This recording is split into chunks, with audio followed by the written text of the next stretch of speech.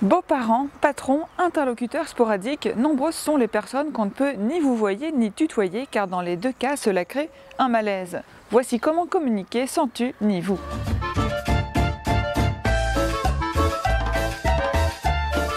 Prérequis numéro 1. Si jamais vous êtes embranché par malheur dans une voie en particulier, surtout ne renoncez pas en cours de route. Vous voulez que je te serve un café ? La solution est d'utiliser des tournures de phrases sans pronom personnel. Par exemple, au lieu de dire « Alors comme ça, vous êtes médecin ?» dites plutôt « C'est une profession intéressante, médecin ?»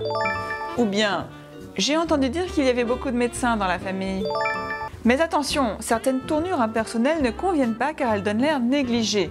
Par exemple, ne dites pas à votre patron « Et la santé alors ?» Vous n'êtes pas au troquet.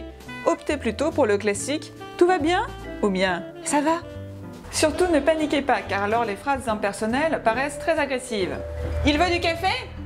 Il en veut du café ? Du café ?» Dites plutôt « Du café siré ?» et non pas « Du café sire ?» Solution 2. Ne vous adressez pas à la personne quand elle est seule. Débrouillez-vous pour la noyer dans un groupe et vous adressez à la cantonade. Des volontaires pour le café ? C'est qui veut un café ? Qui est-ce qui veut un café ?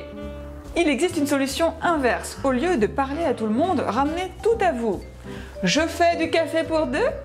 Solution 3. Imaginez que vous parlez à un ordinateur ou à un fax. Par exemple, plutôt que de dire « Oui, bonjour, je vous appelle parce que j'ai besoin que tu me rendiez un service.